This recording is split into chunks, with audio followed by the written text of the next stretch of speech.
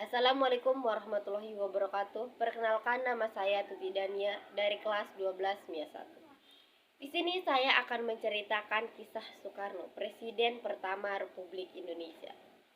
Soekarno, yang biasa dipanggil Bung Karno, lahir di Blitar, Jawa Timur, 6 Juni 1901 dan meninggal di Jakarta 21 Juni 1970. Semasa hidupnya beliau mempunyai 3 istri dan dikaruniai 8 orang anak. Dari istrinya Fatmawati mempunyai 5 orang anak, yaitu Guntur, Megawati, Ratnawati, Sukmawati, dan Guru.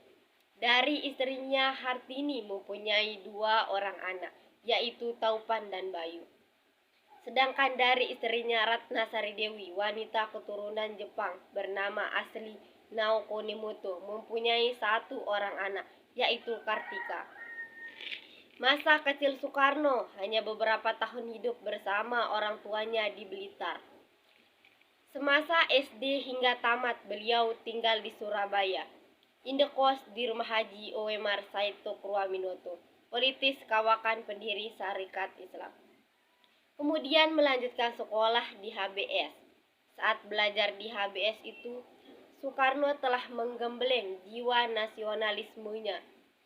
Selepas lulus di HBS tahun 1920, pindah ke Bandung dan melanjutkan ke THS atau Sekolah Teknik Tinggi, yang sekarang menjadi IT. Ia berhasil meraih gelar insinyur pada 25 Mei 1926.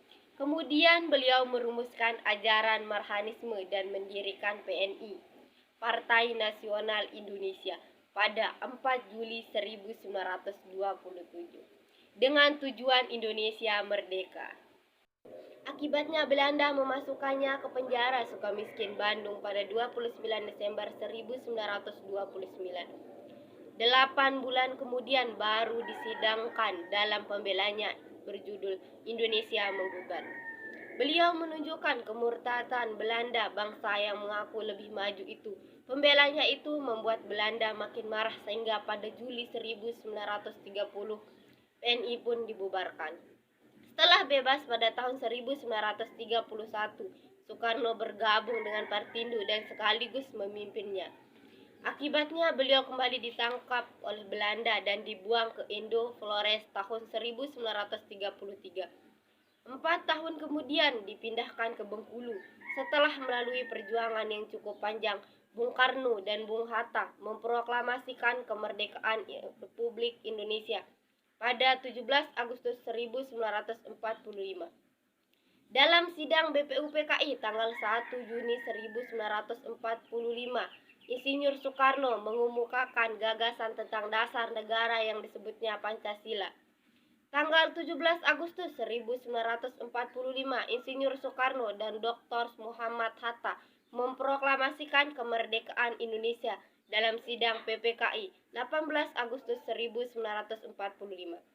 Insinyur Soekarno terpilih secara aklamasi sebagai Presiden Republik Indonesia yang pertama.